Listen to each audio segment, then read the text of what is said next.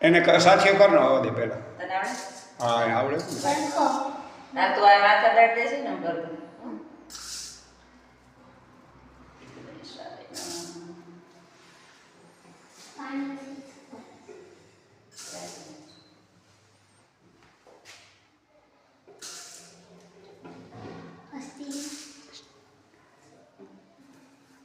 Speed રાખજે રાખ. ગણપતિ બાપા જી અંદર એમ તો કરીને તું ગણપતિ બાપાના ચાંદ ન બોલ.